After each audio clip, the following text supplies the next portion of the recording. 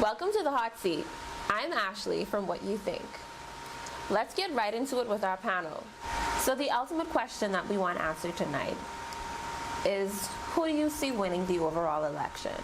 Calling the outlook or the conclusion for this election is kind of tough. And I truly do not know who will win. And I found this project entertaining. I'm embracing it. I'm trying my best to give my opinions on it. And I've concluded that whoever wins, it'll be by 3 to 5 seats. So I'm just trying to see if I'll be correct with that. This is a very difficult election to call.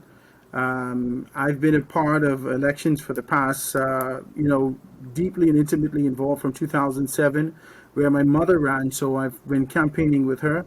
2012, I ran in the Central Grand Bahama constituency, understanding that 2017, I played the background and helped certain candidates from a managerial standpoint constructing their campaign and being able to help them move forward in that particular space. But the truth is that this election is one of the most difficult that we've seen over the course of my lifetime.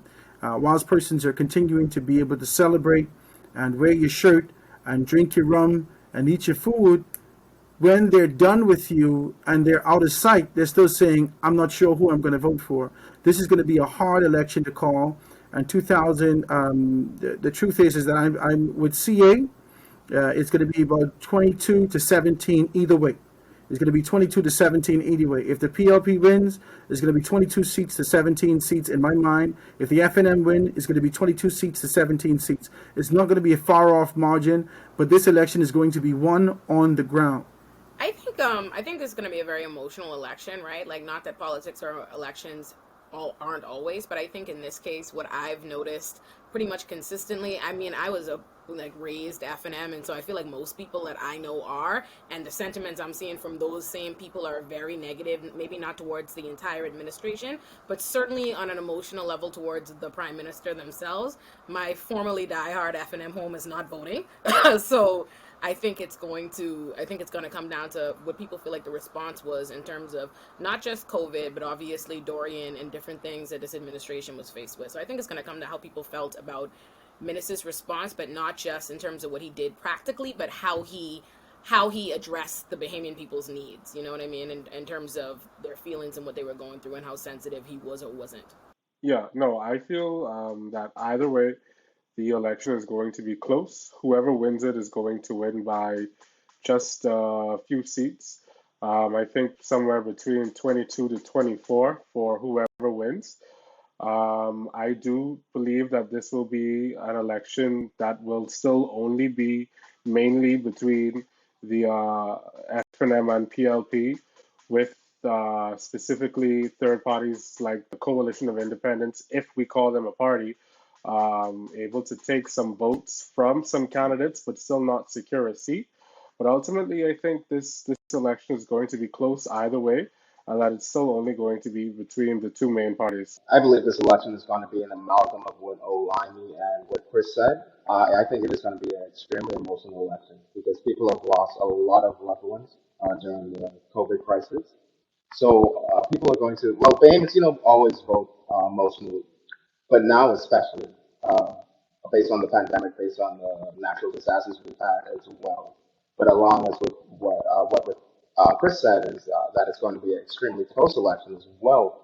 And it usually is. We had an exception last election, but I do believe it's going to be extremely close this time as well. Because I don't think that there are really any people who are so far ahead in terms of public opinion as to be sure of a seat. There are two leaders of the two parties that are not very likable in the Denzel public right now. So I think it's going to be an extremely close election when it comes to 60 September. Drabs. What do you think voters are concerned about in this upcoming election? Ironically enough, the things that voters in 2021 care about are the things that they cared about in 1992 and every election since. I don't think the issues have changed, which is both frightening and also expected. But I know that there are a lot of people who are concerned about the economy, obviously. There are a lot of people considering everything that we're going through right now. Healthcare is a big major concern for a lot of people. Millennials are looking for opportunities. The younger generation, like you mentioned, very cynical. Hit puberty, and they start questioning why everything. So, like I mentioned before, I'm 21, right? And so I'm about to graduate college, and I'm looking at basically job prospects, what's out there for me, and basically we know that the pandemic really did a number on the economy and a number on jobs, and a lot of people were put out of work. So I think one of the key issue, I wouldn't say really a main issue, but one of the key issues is kind of like basically the economy. It's like, how is the government going to bring about a rebound in the economy? I agree with Tayte. I think young people are not motivated the same way that persons who have sort of seen these different election cycles before have been. Keep in mind that someone who is voting for the first or second time in this election, for pretty much all of their adult and childhood lives, they've seen governments flip back and forth every 5 years. So that sort of frames their expectation of what Bahamian politics is, which at this state, I think we can safely assume is rather volatile. There's little consistency, and yet so much consistency that two parties dominate the political scene and win general elections and seats. So I think that young people are coming into this with a sort of a cynical streak, yes, but they are also asking what's in it for them. If there is something that a political party can tangibly promise that is going to increase their job prospects, that is going to help them own their first home, help them get through college, increase their paycheck, then they start listening. But the rest of it kind of just filters out as noise. Well, I think the calling of the snap election sort of diminished or reduced or sort of removed spaces or opportunities for Bahamians to frame out what they want, right? They're sort of used to a manifesto coming to them and weighing that against the issues and then sort of building those expectations and throwing things out there. The snap of election and the lack of discourse, of real sort of substantial policy discussion has reframed the narrative in a way where people are really voting for party, right? Unless there's some proximity to a campaign. Looking at the paper, at the image of the PLP logo that they said was smudged, right? And in one sense we should be voting for candidate, but they need that logo because their whole narrative is just vote for party. Don't worry about policies and ideas. What I'm seeing is I think that the majority of people are dealing with what's right in front of them, and that's the pandemic, that's the economics. This is going to be the first time in her adult life, like she could have voted before, the first time my mother isn't going to vote. And the reason why she's not going to vote is because, I don't know about y'all, I don't know if y'all are raising y'all parents like I'm raising mine, but my mother's a woman who likes to hug and tongue kiss people in the mouth in Jesus' name. So we're keeping her at home so that way, we're keeping her at home so that way she don't go hugging and trying to lay hands on people. So it's a frustrating time because I think there's a lot more people like me who are like, whoever's going to get us out of this mess, whoever's going to get us out of this faster and do it intelligently, who's going to do it with common sense, who's going to do it, and that's us on the one side. On the other side, some people just want to do it for whoever's going to open the country first. But I don't think anyone's going to we're not going to be happy, I think, with either or, because there are some, like Bravo McCartney said, I think it was yesterday or today, there's going to be some unpopular things that are going to happen from a tax perspective, from a quarantine, curfew, COVID, pandemic perspective, lockdown. We're not going to be happy with either or because they're going to have to take those chances. The reason why they're allowing people to rally and wear shirts and hug and kiss and PLP and FNM and all this right now is because it's silly season. But after this, it's gonna be tough. So I've been saying it all this time. I'll say it again. This election is whatever to me. The election after this, I think, is going to be the most important election of ever. That's when Tayte and Jayce play a role in what's going to be. But as of right now, this is just a garbage lit on fire. The despondency that Tayte and Jayce sort of reflected, from their peers, is because there's a gap. Like the PLP and the FNM are our grandparents' party, right? And us and the generation, our parents, haven't created anything new, right? There's nothing for them to this. It has nothing to do with them. It don't belong to them at all. And those parties have sort of captured it. So I understand. But now is the time for them to start carving out something new. No, the only thought I had was, it's a shame that Ms. Komolafe of the DNA doesn't have a stronger team who, here throwing objects at people, because she I think has a solid plan. She makes a good point that all of our previous prime ministers, all they did was maintain. Nothing was advanced. Nothing was taken to the next level. I think that, again, it's going to be up to Jayce and Tayte, and I think us 80s babies, we're the bridge, but we're the bridge for the old people too. I think once they're weeded out, we'll be good to go. If I can interject and sort of piggyback off of Andrew's point, I think, Arinthia Komolafe faces a lot of interesting challenges, partially because she is a woman. A lot of people in our society refuse to vote for a woman in leadership. And that's sad because, as you said, Andrew, she has a lot of great ideas. And I think the reason she hasn't gotten the support is because she hasn't been able to attract the quality team members that she needs to be taken more seriously in our political arena. And that's a problem.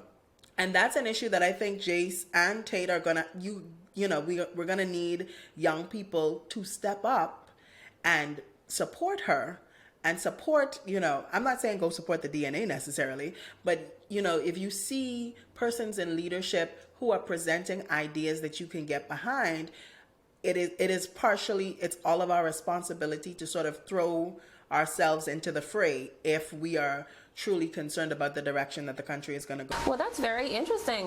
What do you think about that, Kris? Next question. I don't think any third party is going to win a seat. I just want it to be a little bit more fair to Bahamians. Growing up, that's a constant complaint. Like, I feel like people give Bahamian, within the vacuum of the Bahamas, a lot of grief because it goes between them. Anywhere in the world where there's a two-party system, it's between the two parties. That's just how it goes. You know what I mean? And if you had a real political understanding of how a two-party system is created, it's created so that it's almost impossible for those third factions to really catch, cluster and fire. And you got to really consider for Bahamians too. We're especially now in where we've had this has been a really rough, few years of rough administration. Bahamians are already feeling like they're between a rock and a hard place between the two people. Even if they wanted to say, let me try an independent party, this probably doesn't feel right now like a safe time to try something out new and what ain't acting right. So I just wanted to give Bahamians a little bit of leeway. It's not just us, it's everywhere. Everywhere abides by the two-party systems. America complained till they blew in the face about how Democrats and Republicans are both corrupt. And soon as there's any kind of election, it's vote blue, vote blue, vote blue, no matter what, you know what I mean? Or vote red. And they don't consider, if you say you vote Jill Stein, they be ready to jump you. So I just want to say it's not just Bahamians. But back to the question in regards to whether Komolafe would win. I don't want to prejudice her in any way. And I heard Denzel and I smile. And I would yield to his commentary, even though I see it his way too. But I will continue to cheer on Komolafe. It's important for her to run. It's important for her to lead her particular party. And I think that this election is also a referendum on alternative parties and whether and their survivability. If the DNA is able to survive this election, this will be 3 election day contested, and that means that they're here for the long run. We would need to see if the COI, the coalition party, and these other fledgling parties will also be able to survive this general election. How do you assess survival?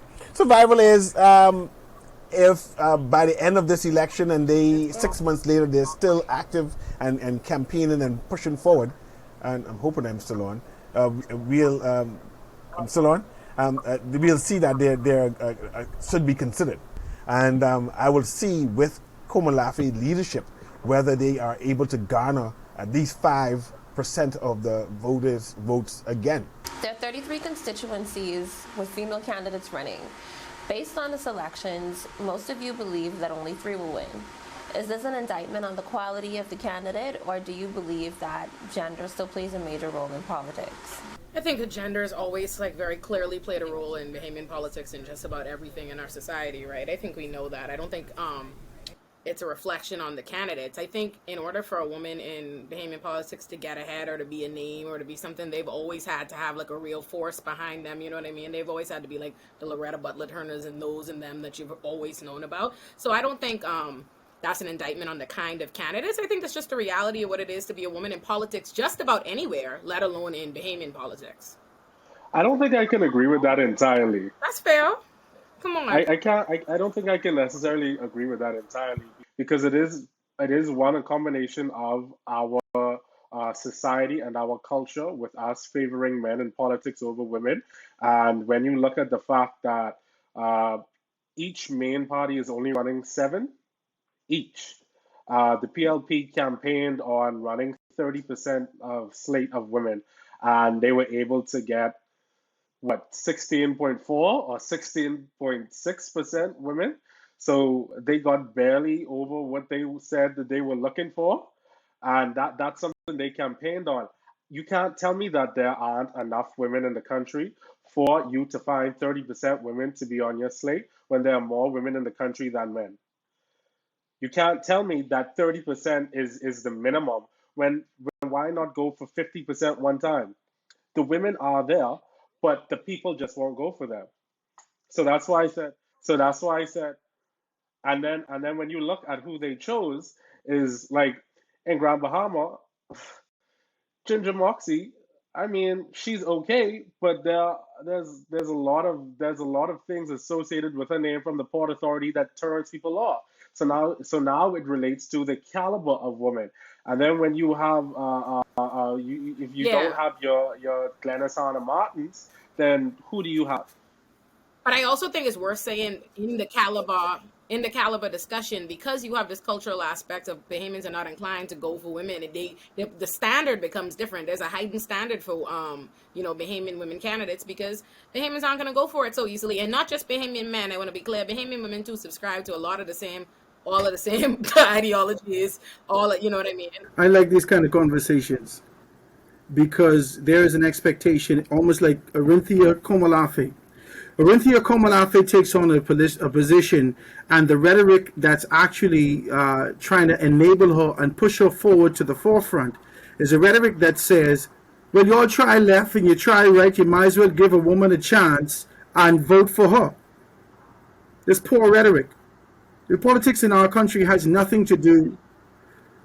Politics in our country has nothing to do with an idea that says, just give me a chance. When the PLP initially got it, they fought for it. When the Free National Movement got it, they actually fought for it. I think you're definitely right as far as the talking point that's weak politics, but I do think that's indicative of, that's a talking point you see anytime a woman is in an election, let alone whether they have speed or they don't, right? And I think you see that in America, right? They can't have Hillary run in or Elizabeth Warren, any of them, without the conversation becoming around, okay, well, we have a woman and we've never done it before, so let's make it a woman candidate. The topic never comes around to this specific politician so much as, let's get a woman, and it becomes this larger, political ideology of, all right, we want to see a woman, we want to see this, we want to see us advance. And I think sometimes people become dissuaded by that. If that's not convincing to you in and of itself, if you aren't really invested in the concept of we need to see a woman, we need to see this, if all people are really selling to you, or at least the loudest talking point you're hearing is, okay, well, let's give a woman an opportunity, that's not going to move you. We had high quality, high caliber, high breed women, if you want to be able to put it in that particular light, but the tenacity, the flair, the desire, the full package, couple that with a religious perspective that says that men's supposed to lead and women sit in the background. When you continue to be able to fuse these concepts and idea, it's very difficult for us to see those things. However, when you look in our society is fueled by women. You would be surprised to know who runs the FNM campaign from the background. You'd be surprised to know who actually runs the PLP campaigns from the background. Women. I want I want to I want to make sure that y'all are understanding that I didn't say I don't think we have high caliber women in political positions. I'm talking about the candidates that we have running right now. The new party, the coalition of independents, if it is a party, has proven that women are eager and to participate. 50% of their candidates are actually female. Usually you hear the narrative that women are not interested in Bahamian politics, that they think that Bahamian politics is grabalicious and dirty and crude, and they don't want to be a part of such. But definitely, when you see the PLP's campaign, when you see the Affinim's campaign, when you see women like Ali McIntosh, women like Komolafe, that women are very much interested in participating. I find that, I conclude that the two major political parties have yet to make room for women. I've seen that inside the PLP in terms of, and forgive me for this, and I hate to critique the PLP, in terms of like a Mitzi Thompson, I think was her name. They had like a slew of women, female candidates, right? And when these candidates put to the front, they put the two women against each other to contest for the same seat instead of putting them independently on their own to ensure that there's a certain amount of women in the numbers. I want to agree. I want to agree with you in full, and I want to agree with Howard in part, certainly. I don't think it's an issue of Bahamian women coming forward, right? I think we have, to some degree, obviously, there's a lot of sexism that runs rampant in the Bahamas in terms of policy, but in terms of, like, sociologically, how we interact with that, Bahamian women are not a meek background set of people. I don't think it has anything to do with Bahamian women not wanting to step forward or wanting to do it. I think you touched on it. You pretty much hit the nail on the hammer as far as them choosing tokens. And I think that's been fine a lot of time. I think, for most of my time growing up, I didn't hear a lot of objection to that. People were perfectly fine with their, 5 good Bahamian women they know in politics. These are their big names, and they didn't really explore it that much. But I do think it's an aspect where they pick a couple, that's not really too much important to them. They're not exactly trying to, cede the fort or make space for them. And I think that's real. But I don't think it's an aspect of looking for, Bahamians that would be, Bahamian women that would be interested in going into politics or, talking or speaking up. We're not a quiet people at all. And I feel like I have that, I have a Nigerian daddy, so I live in a household with a Bahamian woman and a Nigerian man from a society where women are more in the background. So I know for a fact that we're not. So I just wanted to agree. Right. It's both things. It's, I don't think that the parties and independents and candidates have prepared themselves to overcome the inherent biases, right, in the electorate. I don't know. I don't think that, I think that more is possible.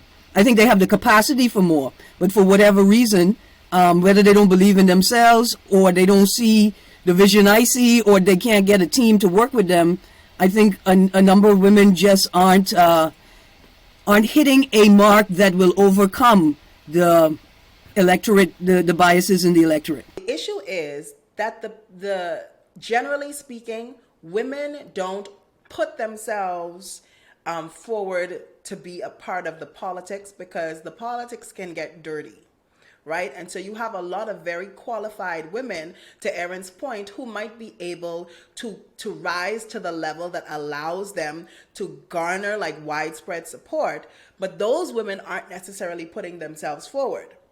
Then we have parties who are going after women purely because they need to meet a quota. It doesn't necessarily matter whether or not this woman is supremely qualified, whether she has a track record that actually matters to the people in her community. They are just trying to meet a quota. And so when those women are elected on, the party ticket, they don't really bring any sort of gravitas to their roles as MPs.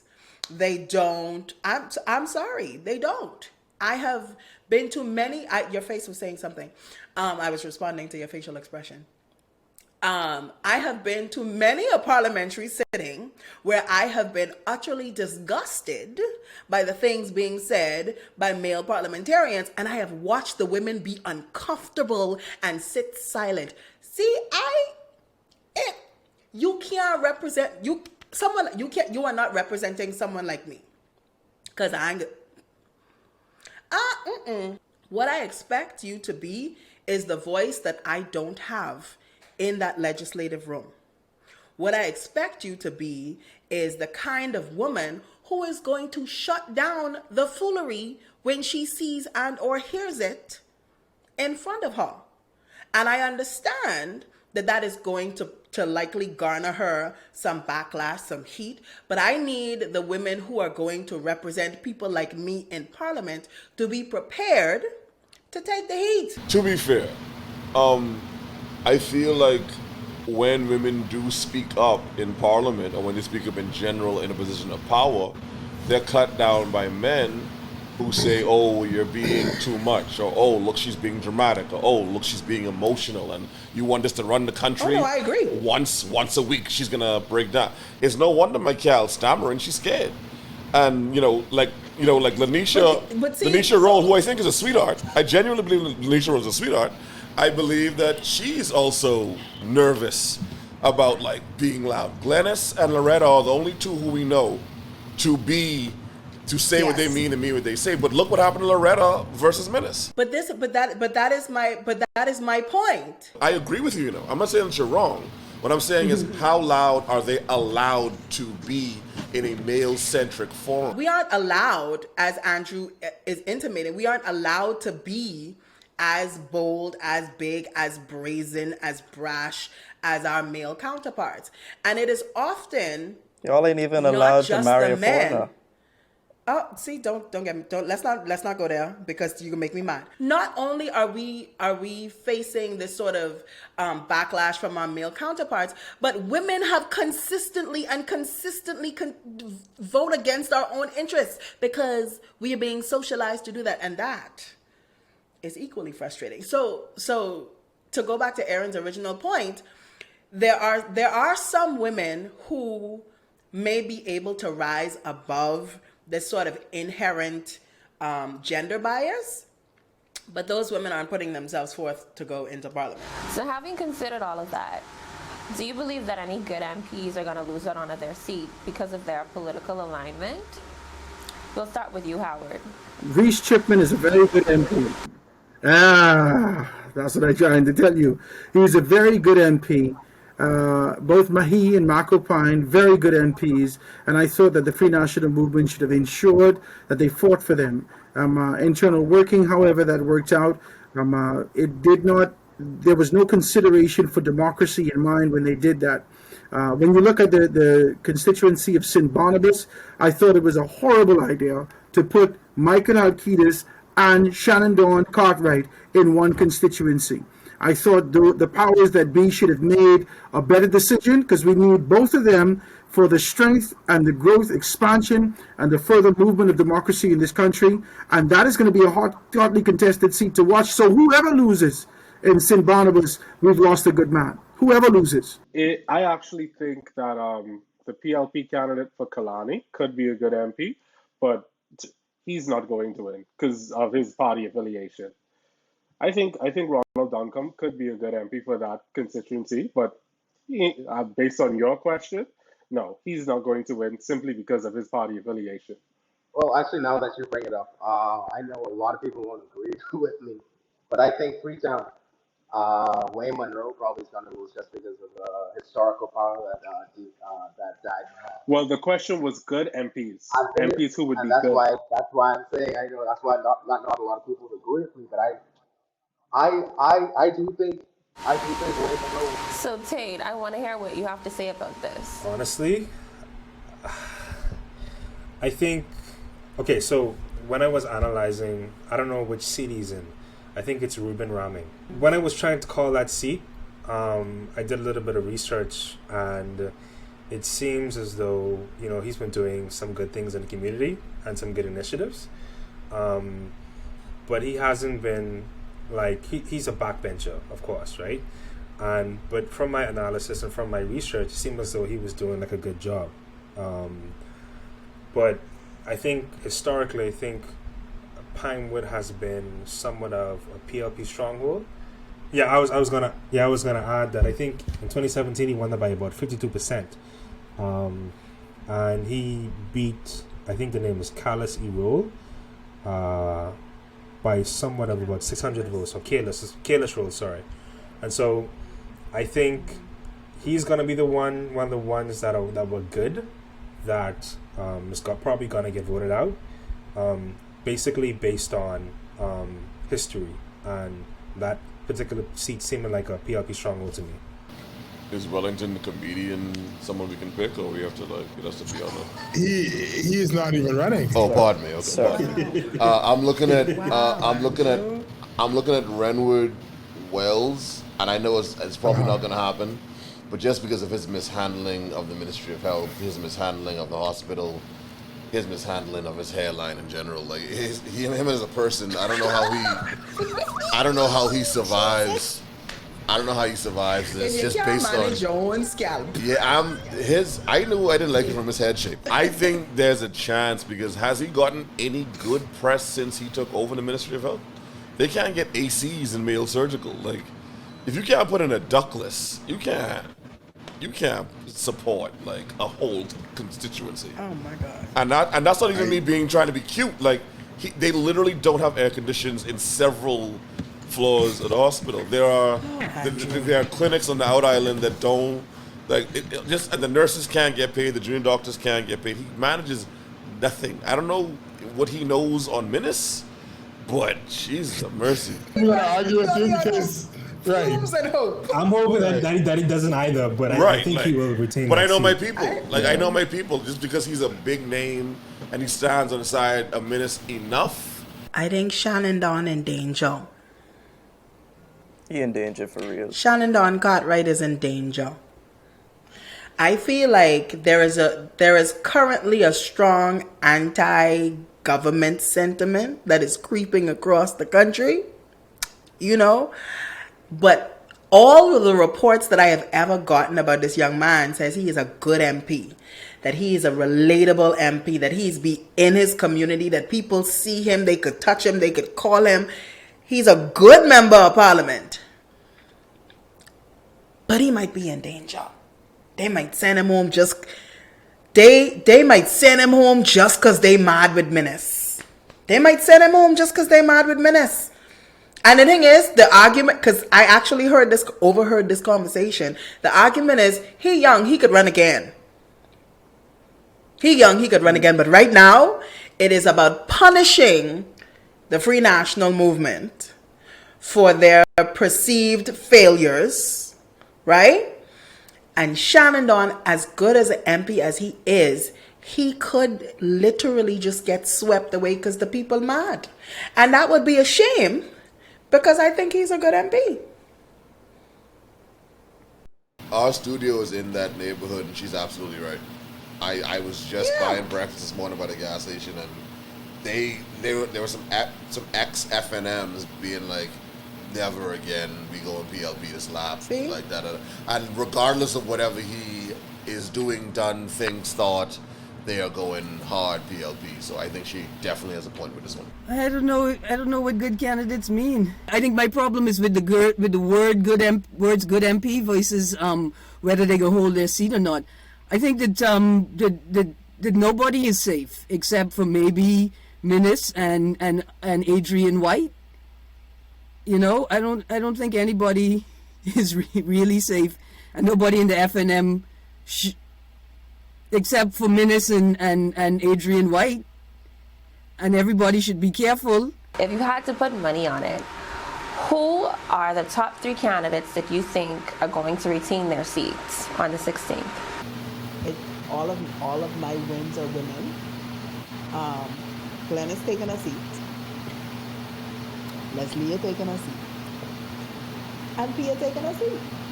Them 3, I feel almost 100%. I feel in my spirit the day straight.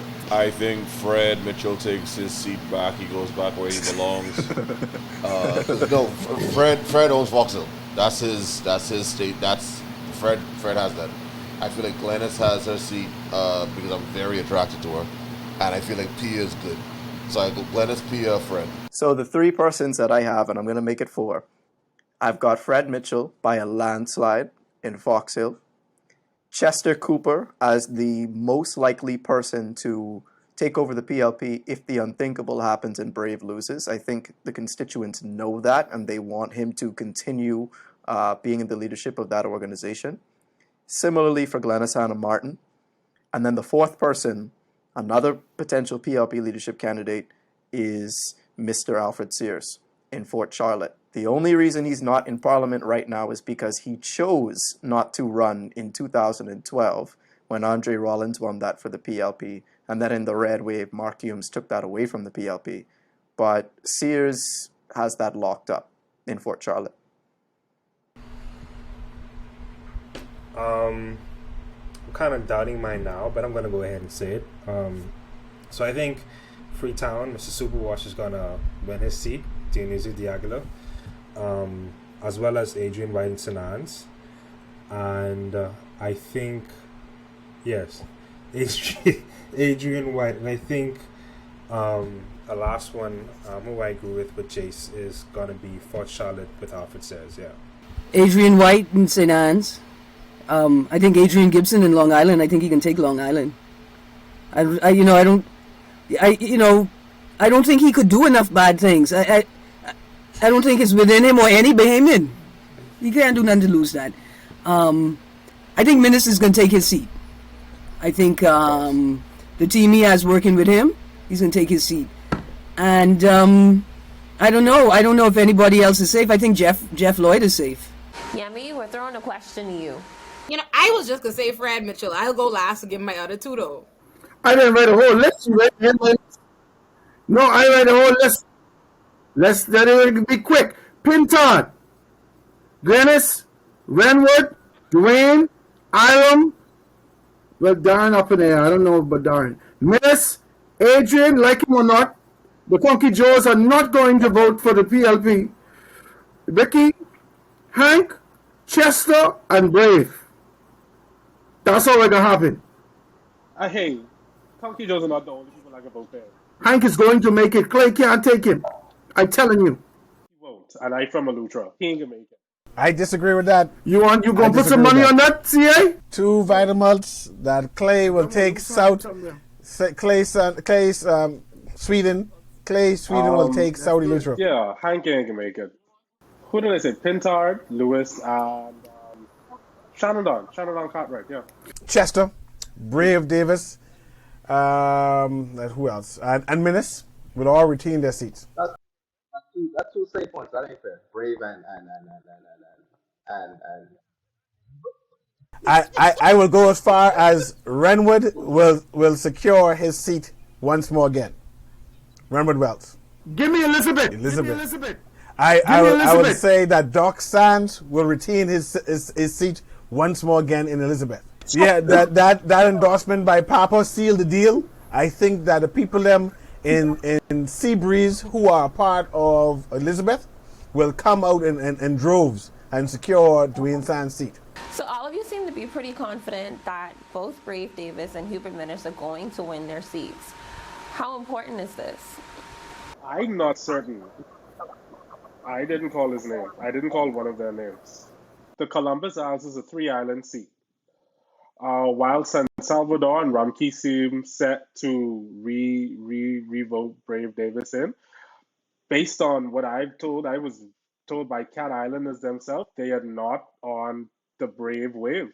Even down to 2 weeks ago after Mass, when man almost cussed out my priest when my priest asked him if they're ready to revote for Brave. He said he's not voting for Brave again, and Cat Island ain't doing it no more. It's so Cat Islanders seem not likely, or at least verbally they're saying that they're not into it. But we won't know when it goes to the poll. So that's put some doubt in my mind because it's a 3-island seat. Cat Island has the most voters.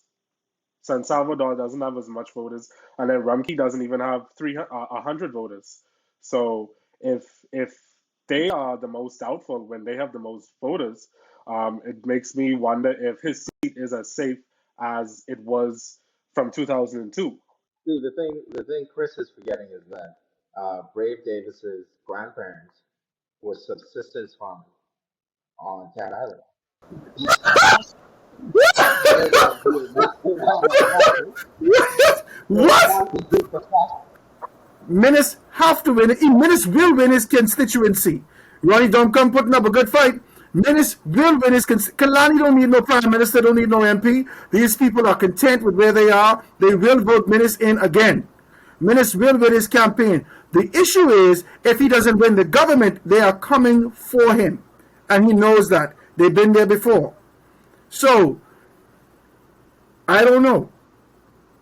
And what about Brave? Yeah, Brave can win his seat. He carries some. He can take care of them people down there. Brave will win his seat. I believe both political leaders will win their seats. I'm basically assured of that. I have no issues with that. I think the nearest one who would be challenged would be Brave Davis because of its family island, and San Salvador tends to vote more F&M. But I believe he will retain his seat. I think that the Cat Island in general knows that if the PLP wins and they happen to vote out Brave, they ain't gonna like it. So better to go to the safe seat and make sure they vote him in and keep him there. And definitely if they want to get things, right? And I think that this election, even though it's going to be between Brave Davis and Hubert Minnis, I mean, they haven't. I think it's going to be important to see the individual candidates and their appealability to the general populace. So I think that'll be important too. Yeah, so you were asking about the importance of the leader of the party winning the election. I believe that's extremely important because if the leader of the party loses his seat and the party still somehow wins, which I doubt would ever happen, but if it did happen, I think there would be a bit of a loss of faith within the Bahamian community, especially in these uncertain times. So I think the party that's coming in, whoever it is, already has an uphill battle. I think now if their leader loses their seat, it's going to be a more of an optical challenge for them. Optically damaging challenge for them. I wouldn't put my money on it. I think it's possible. I definitely think it's possible. I wouldn't put my money on it. Just because for the reasons Denzel explained, as important as it is, I just think it's unlikely that one of these guys are gonna lose. But I would like for Minnis to lose. But I think I have That to ain't about her. That's reevaluate. for her mommy. She just threw a blow for her mommy. I ain't got nothing to do with her. Hold on. I decided. Listen, I had to reevaluate this, right? At first, I thought I didn't really have a problem with Minnis because I like foolishness and I like jokes, and like you say, I'm removed. And every time I see a video or something, Minnis is giving me big jokes. But then I thought about it and I was like, okay. Comedy aside, this man is running the country. Like, and I understand on a. To me, I think where I really had to reevaluate and I realized I was wrong was in his response to Dorian. You know, my position, I think initially I was like, okay, he told people to evacuate and this and the next thing. And then I said, okay, but if you were in America where I am really engaged in politics and I'm an analyst, it wouldn't be sufficient to me for any leader here or any politician to say just because you told the people to do this, you still have an obligation to help them and do what you need to do. You do have that obligation. So to me, I think, and I'm calling my own self out. I'm saying my initial position was that I think I had let Minnis off the hook about a lot of things, and I've reevaluated my position, and then I realized he cost my daddy a lot of money. So I'm gonna go ahead and. My mommy gave me like at least 15 bullet points, but she got the money at like 12. I was like, you should have started there. You should have led to the material fallout of this. I didn't know. No one told me. I didn't know. I didn't realize we was closed down for 6 months and we couldn't open, but other places could. And you know what I mean? And now I'm like, and I have heard, and it's not like I don't know. Like I said, I ain't get up and talk nobody business, but I do know people. You know what I mean? People who are, family and politics, this is the next thing. And, what are usually, I've never not heard of corruption, scandals and allegations for any Bahamian administration. Corruption is always the word, you know what I mean, you hear thrown around. But, I've heard some stuff. So the overall question that we want answered tonight is who's going to win? Who do you think that's going to be, and by how much? PLP small margin. All the way. No, don't say I'm for it. Don't say that. Don't put that out there. I'm not saying I'm for. I'm not a PLP. That's what I think is gonna happen. I just want to be clear. Don't put my name in that. Like, The PLP, I mean, if we were going to lose, then I would say the PLP was going to lose, but I don't see them. It's their election to win, I believe. No, well, it's very hard. I mean, in my position, it's going to be very difficult for me to be able to talk about which party I see winning. I know that there will be a very small margin victory. I believe that this election will be won on the ground in each constituency, and based upon the tenacity and push of those candidates in the constituency, I believe it can go either way. It's going to be anywhere between 1821, 1722 for whoever the victor is. And I couldn't tell you who that victor would be right now. I just can't. Okay. I think on September 16th, the will of the Lord will be the winner. Take it away, CA. Okay, this lecture is going to be close. It's hard to call who is going to win, if it's going to be FNM or PLP, because it keep on changing. We're still going to be in the same situation that we're in. And I think it's probably going to get worse. I mean, as in terms of freedom, that is. We're definitely going to go into a lockdown, whoever wins this election. I think Brownwood made a great point. Whoever wins the election is going to be unpopular within the next year or so, because they're going to have to do so many different things that doesn't sit right with the Bahamian people to rebound and to bring us where we need to be. And so not a thing is going to change, in my opinion. It's just going to be locked down and some unpopular policies. That's it. I think this election is moot. I think it's generally moot. I think we're trying to figure out who's going to commandeer the mess we're in right now. And I'm not saying that that's Ministers' fault. I'm not saying that it's anybody's fault. I think the whole world is in a mess, and we're trying to figure out who the manager is going to be. Like I said, Tayte, Jason, y'all, all of us, but especially Tayte and Jason, it's going to be y'all generation to dictate the election after this, where we go. But right now, it's just about who's going to manage us to the next side. I think without a better spread of MPs across the lines, I think we're going to see an erosion of rights. We're going to see more lockdowns, and we're going to see a discoherence, right, in the political voice that we'll never recover from. I don't think we'll ever recover from it. Unintentional. So because of my predicting a PLP win, I think that we're about to have a much more balanced House of Assembly, although because of the truncated election or campaign season, it hurts me to predict that no independents will win their seats, no third-party persons will win their seats. So even though it's going to be more balanced, in my opinion, I am not certain how robust our House will be democratically after this election. Andrew made an excellent point about this sort of being damage mitigation the next few years. There are a lot of lofty promises that came out of both of the major political sides, none of which I feel like are going to be actioned, at least in the short term. We're in a bad state, people. Hospitals overrun. We don't have the finances for a lot of these things. And while the economy will rebound in a post-COVID era, finally, I really think that our country is not well poised to take advantage of those things. I do think, and this is not an endorsement of the present administration specifically, I do think this country is well overdue for a two-term government that is going to see some sort of continuity in policy. I am not predicting that we'll get it this time, but if things continue to shift around the way that they've done for the past 20 years, I am not certain how much will change for the average Bahamian, truthfully. So we're out of time tonight, but I definitely think that we gave candidates and voters a lot to think about. Thank you, panelists, for participating, and thank you, voters, for watching.